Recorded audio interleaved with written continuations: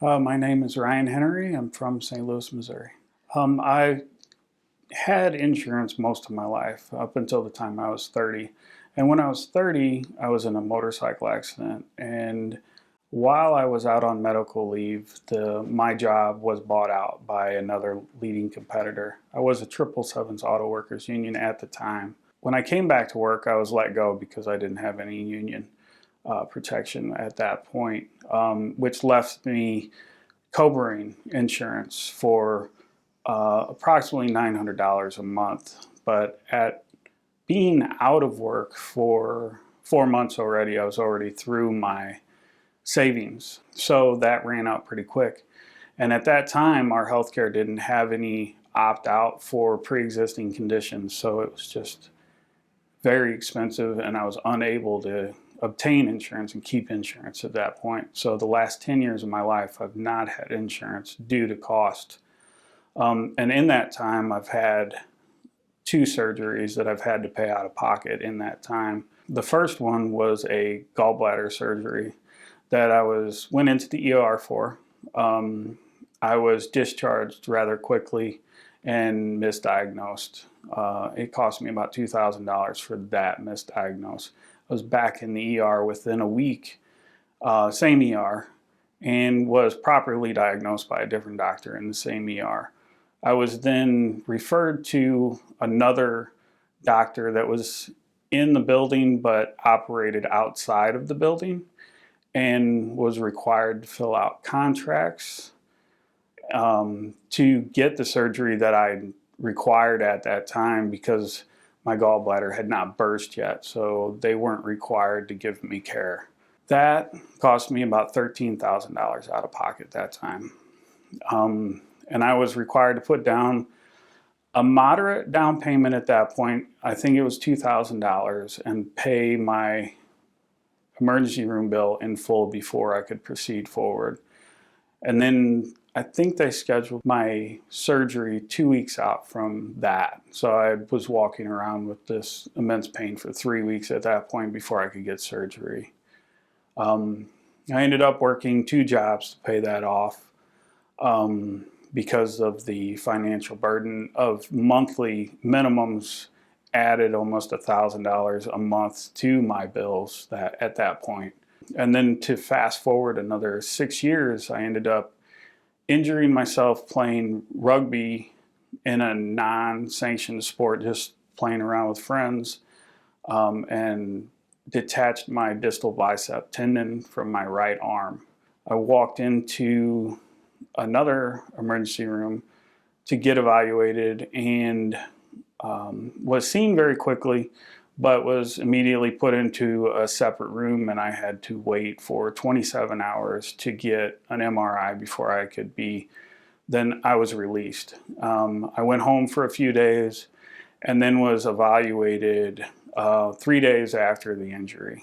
And after I was evaluated, they were made aware that I didn't have insurance, so then I was required to put a $5,200 payment before I could have surgery. That was a very time critical surgery.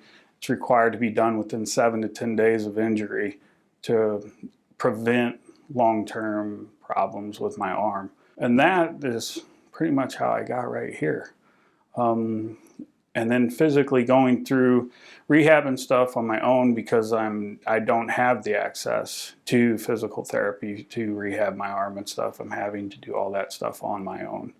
And at this point, I have shopped several times for insurance. I've gone through the gamut of the Affordable Health Care Act, which for me to have coverage for everything I need as of last month was $636 a month with a $8,000 deductible per year.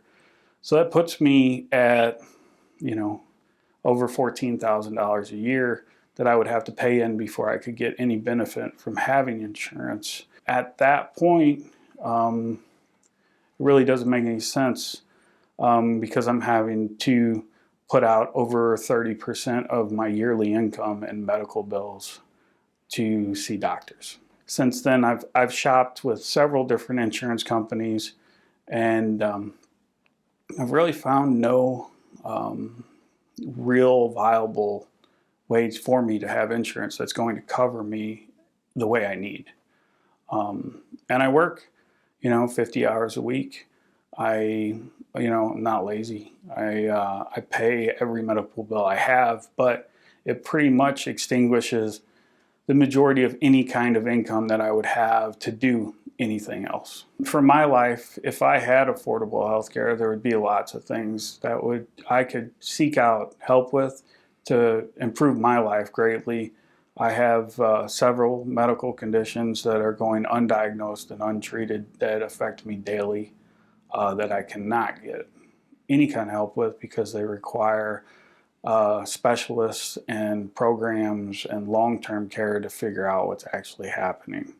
The financial anxiety that I've experienced going into to seek out health care is pretty extreme because walking in the door that you're on the hook for $1,500, $2,000 just to see a doctor in an ER. And that only becomes more expensive. And the more aggravating thing is knowing that you're ultimately, unless you find somebody that's working in that hospital that day that wants to help you specifically, you are not going to get the care you need. Because there are ways that they can manipulate the system to get you into their system, but there has to be somebody there that wants to do it. And then they have to jump through the hoops to make that happen. But it doesn't make it any less expensive. It adds up extremely fast. And if you need the health care, it's a huge burden to even think about doing it, because it is. And then if you're there, you're not working. Other parts of your life are not being taken care of. And it's on their schedule. So you might walk into the ER and you might leave 3 days later for a simple thing and end up, $30,000 in the hole and trying to find a way to pay these bills or just to continue treatment for something that you need to just be a successful person and productive through the day. And just the anxiety that I experienced going into that situation, because you don't know how you're going to be treated. You don't know if somebody is going to want to help you. You can go in there and meet somebody and they really divert you into a program or this or that, and it's great. But I would say the majority of people that it can't possibly work every time. I've been on both sides of that fence walking into an ER.